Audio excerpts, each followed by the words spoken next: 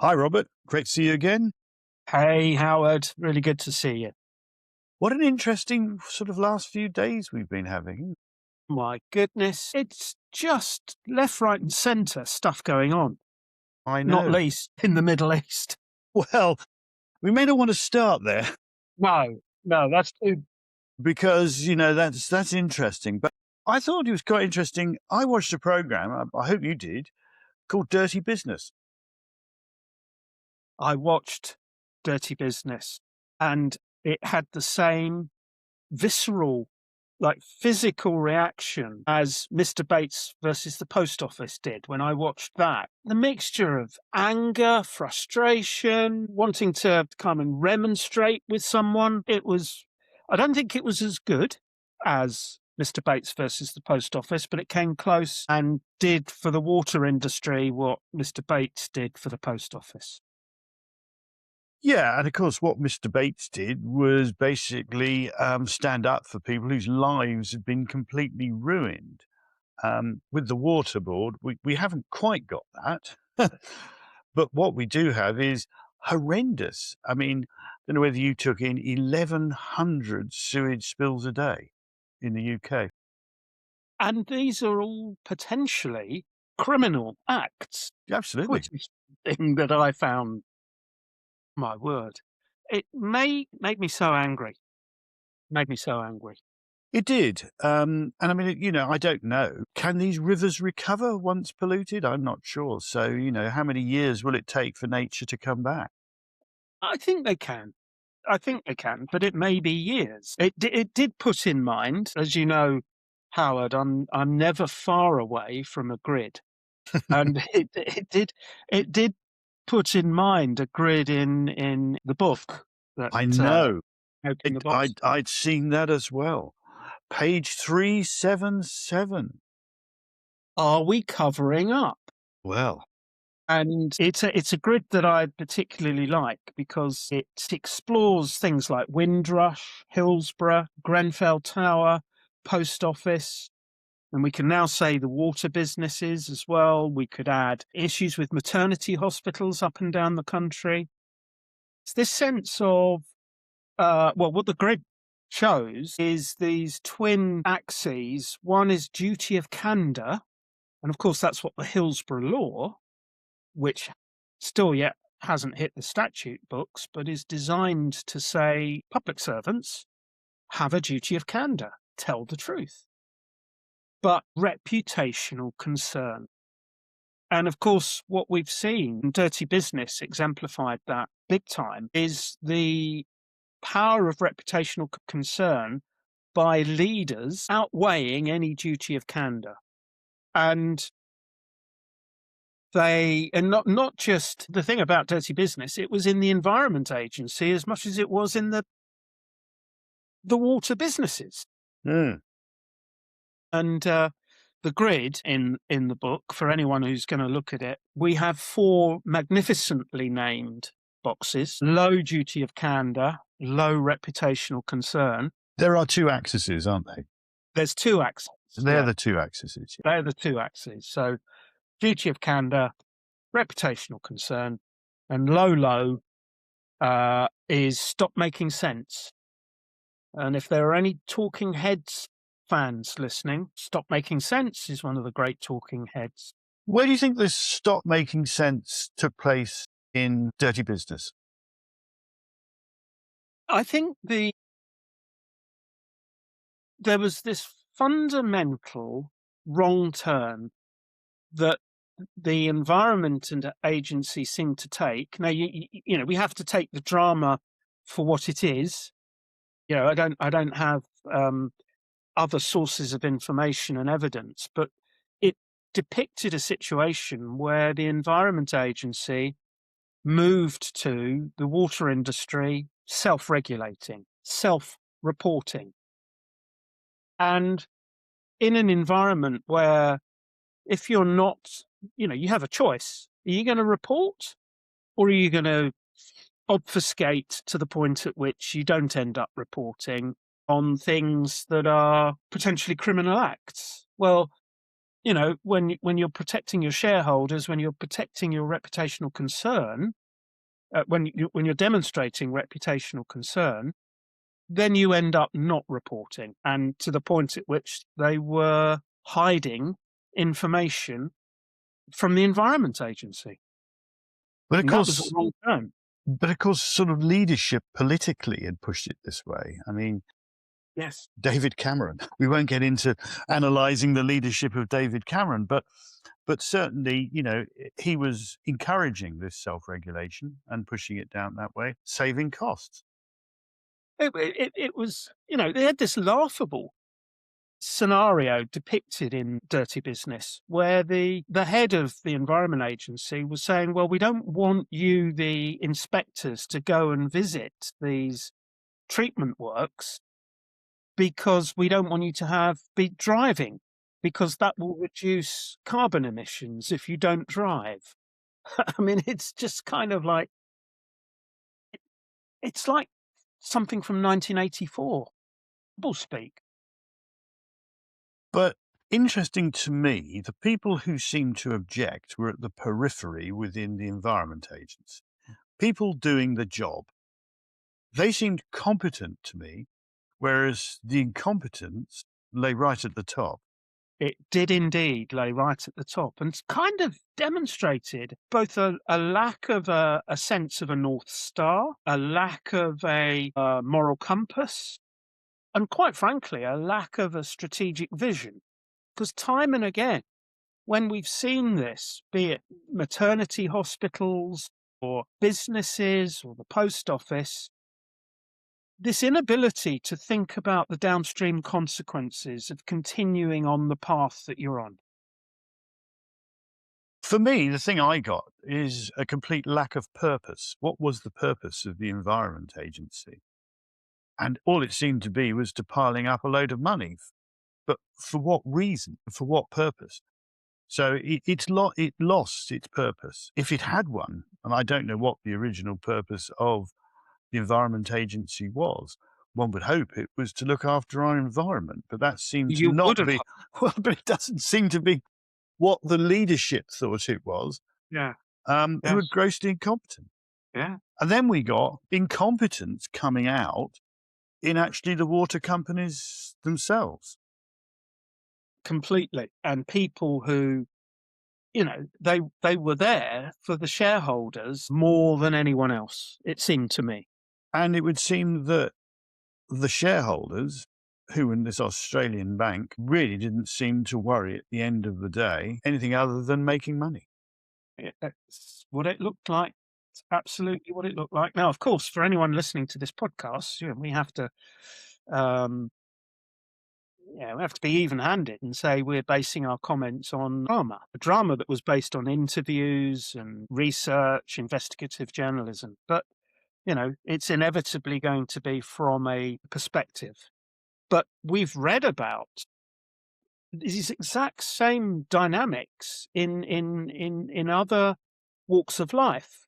So it's, I think it's obvious to me that what's gone on in the water industry is exactly what went on in the post office and Fujitsu and the leadership in the post office.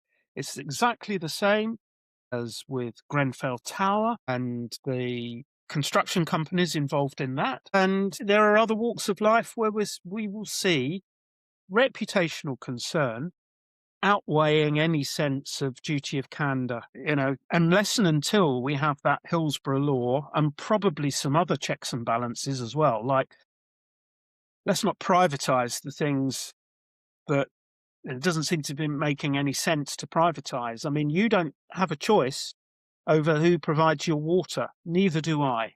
So what's the point of introducing privatization? Well, we have to go back to Margaret Thatcher for that. We do. Yeah. Yeah. And we won't necessarily go back there. But I think picking up on your on this grid, I mean, it's aimed at looking at organizations, but I think it's also very appropriate to look at leaders. Yeah. The grid, yes, it's I guess it can be applied at the organization, but by implication, it's the leadership team. The inference that you need to draw is it's the leadership team that's driving that concern about reputation over and above any other concerns. And unless and until you have a leadership team that operates within a more of if you will, a moral framework, then this will be repeated. It will absolutely be repeated. Well, I like the description you give on the next little section, which is what we have here is low candor and low and high reputational concern. So speaking in tongues, Another brilliant Talking Heads album. right? we know what you like. Yeah. Yeah, and we saw this again with Dirty Business. We saw it with Mr. Bates versus the Post Office. And we see it with politicians to some extent as well, where, you know, in one circumstance they'll argue one thing, but then in another circumstance argue the exact opposite. There's a level of hypocrisy. Well, I rather like it. I'm not sure I'll get the quote 100% right, but do you remember the poor woman and husband whose daughter died because of E. coli? Yeah. And in the investigation, or whatever one wants to call it, that she said, you know, we went to Dawlish because it was a blue flag beach. You know, it was Gold Star, but we were given a lie. Yes. And that what we're talking about here is the lie of leadership. And unfortunately, she bought that lie of leadership. Yes. And that summed it up brilliantly, didn't it? Yeah, because here we have a council that was also not exactly Yes. great because they were worried about tourists coming. Yeah. Yeah. And, you know, we see the collusion that you rightly point to with the local authority, you know, desperate to make sure the beaches stayed open, and were happy to collude with the notion that, yeah, this was a worthy of a blue flag, this beach, when it clearly wasn't. No. I'd be interesting how many blue flags exist in the West Country this year. I mean, I regularly visit a lovely beach where you just can't swim. Yeah. Yeah. Sad. It looks like literally, you know, these wild swimmers, all credit to them. I mean, I like the idea of wild swimming as a health thing, but you know, unless you're very careful, you're taking your life into your own hands there. But you shouldn't be, should you? I mean, simply, you shouldn't be. No.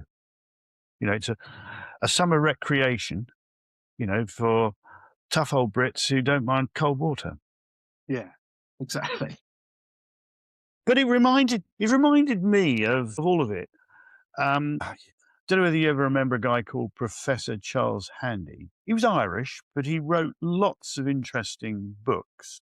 I do indeed remember Charles Handy. Yeah, and he had a look at different cultures, of which he had like the shamrock culture, but one he had, which I really liked, was the spider's web. And this is where the spider sits in the middle and he weaves his web, and when he catches someone, he whips out to bring it back to his home to eat it. But the point is, the spider is the power. Now, it's either an individual, and I'm thinking, you know, we have a classic example, but we won't quite go there yet. But we have in this, these people who sit at the top and they run this place autocratically. So what the spider says, and that is exactly what happened here. There were no checks and balances on these people at the top at all, were there? And no willingness to listen to the people that worked for them, who had perhaps a challenging point of view, no matter how delicately and nuanced they might be in trying to offer a challenge, if you will, Yeah. a constructive challenge, shot down in flames. And of course, you know, you had these people who'd been, well, I mean, we had the guy who was the waterworks, been there 18 years. We had another guy who'd worked for 40 years for Thames Water. And we had these women, one of whom became the whistleblower, you know, whose own purpose for working for them had been completely destroyed. You know, she was, you know, so, For me, when you can link purpose at the top with the purpose of the people below, you have a really strong leadership model to move forward to. Yes. Here, you totally destroyed it. Yeah. And that, if you will, to neatly bring it back to some boxes, high reputational concern and high duty of candor. Now, on the face of it, that might seem, well, they're mutually exclusive, but no, no, no, no. The whole point of grid thinking is, how do you reconcile? How do you resolve the dilemma such that you are shown to be honest and truthful, there is a duty of candor, and you're showing reputational concern? And there are examples of organizations that have fessed up, and that has put them in a good light over time. Mm. Therefore, the high position is another Talking Heads album, Remain in Light. And I think, let me see, when an example that we use in the book, Tylenol. That's a wonderful story, isn't it? Yeah, and Johnson and Johnson, they had to recall Tylenol, but they fessed up and they said, "Look, we have an issue with this batch of this drug," and they made a virtue out of telling the truth, which enhanced their reputation. And one wonders what the discussions would have been at the high level there. It would have been Yes, fascinating to be a fly on the wall, yes, it would. because I would expect there were a number of people who would have quite happily said, "Oh, gosh, we better cover this up." Whereas others were saying, well, actually, there's an opportunity here, or we ought to do this and that sort of thing. So that comes down to the interesting thing that, for me, is that today we're about an ecosystem of leaders, not just one. But there are so many organizations still headed up by one. And of course, there's no better example, and I can't help but mention him, is dear old Trump. Whenever he has a visitor to the White House, he has his court around him. It is the Sun King, It is, yeah. and and Or it's in this Henry case, the Eighth. his court. Or Yes. it's Henry the Uh, Eighth. well, no, isn't it the French? Wasn't it Louis the? Yes, but Henry the Eighth in England very much ran, Yeah, yeah, you know, yeah, yeah, yeah, I'm the king, you do what I tell you. And if it's, you have to find a way to do it, just find a way to do it. yeah. It's it's not a healthy, sustainable, medium term, let alone long term position to be in. So should we have organizations where there are shared CEO roles? I mean, this is happening in America a bit, isn't it? There's not one CEO, there's a couple now. Well, Is this workable? we've seen with board governance what you need. I think you can have a very capable chairman and non-executive board that the management team needs to, as in terms of the executive leaders, that they need to interact with. And there needs to be that constructive challenge. And that's what good governance recommends, isn't it? Mm, An independent mm. chairman and non-executive directors. Now, sometimes it still doesn't work. There's still failure. And I think we've seen a little bit of that in the health service recently around maternity hospitals, for example. Um, but the more that one can have capable leaders, a network of leaders that interact with non-executives who will ask questions, challenge, hold to account, let alone the shareholders. In a way, the system is designed to do it properly. It's when all of these end in something that is in the case of Mr. Bates versus the Post Office, corruption. But I do see that part of all of this problem stems from the fact that trust in our society is very low these days. We don't trust politicians. We don't trust our bosses. Do we trust each other? We are in a very low trust environment. And I do wonder where that's, because the way that social media fuels this polarization and this low attention. You don't get people reading lengthy newspaper articles anymore, for example. You see some meme on social media and you form your opinion off the back of that. The more that that happens, the more that we are, quite frankly, population is being divided and ruled. Not necessarily by anyone that's um, designed it that way. It's the circumstances that we all live in now with social media. So is that the outcome of rotten leadership over a number of years, do you think? I think so. I think in particular, when you look at the way that now the tech barons, I think that's the phrase that's often used, are being now increasingly held to account because of their lack of concern about what, for example, children are watching. You've got to ask yourself, well, why won't they have a duty of care? And of course, it hurts their profits if they were to do that. Back Or to this, raise it comes costs. back to this grid Yeah, because they're not necessarily covering up per se, but they're only prepared to say so much. yeah, yeah, And, that's the recent case of Zuckerberg. He goes along and says, well, really, I'm not very good at public speaking. yeah, yeah. It's not my strength and that sort of thing. But, I'm a billionaire, but I'm not prepared to say too much. I just wonder what his staff think. Well, but there's at least been one whistleblower, hasn't there? But they are so well paid, and partly they are so well paid because they are paid to not rock the boat. Yeah, probably. So we are still on our grid, really, We're aren't we? still on the grid. Yeah, we're still on the grid. And we're still on the grid with some individual leaders that, are dominating our world at the moment. They are, and I know that we can't stray too much into politics, but there are certain political leaders surrounded by effectively sycophants. They don't want to rock the boat either because But boards, many boards are like that as well. People get paid to go on a board.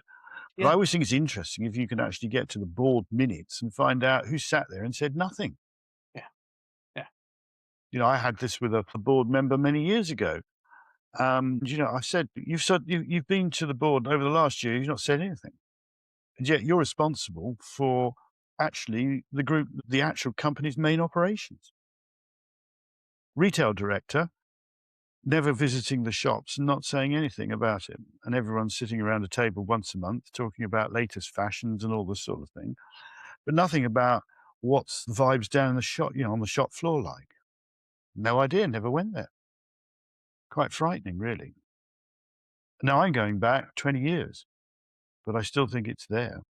I suspect it is, and what it talks to is the need for leaders to have a much more comprehensive picture about what's going on. It's going back to the good old days of things like balanced scorecards, leading and lagging indicators, and being exposed to data and information flows that are going to give you a real worldview, not allow you to wallow in the worldview that you want to be the case. Well, I think there's two sides of things. People who don't feed back up, and then people at the top who wouldn't listen if they got any feedback anyway. And that's certainly where we started with dirty business. People who just wanted to say what they wanted to say, do what they wanted to do, and ignored what people were saying. We've come full circle, We Howard. have, but we have looked at quite a lot of what is the lie of leadership is about, really. Yeah, Leadership's a tough old job to have, and sadly, not many people are doing it for very long. That's the current trend, isn't it? it People, is. Yeah. yeah. So Um, I think we another time we need to explore that. You know, Yeah. are we recruiting the right people who'll do the job, or are we lying to the people about what the job's really about? So stay tuned, folks. We'll be looking at some more lies of leadership. Stay tuned. And please do contact us. Don't agree with us. Rattle the cage. Yeah, we need rattling. We need rattling. Yeah. So thanks to everyone. Thanks, Robert. Thank you. See you again soon. See you. Have a great week. Yeah. Bye. Bye-bye.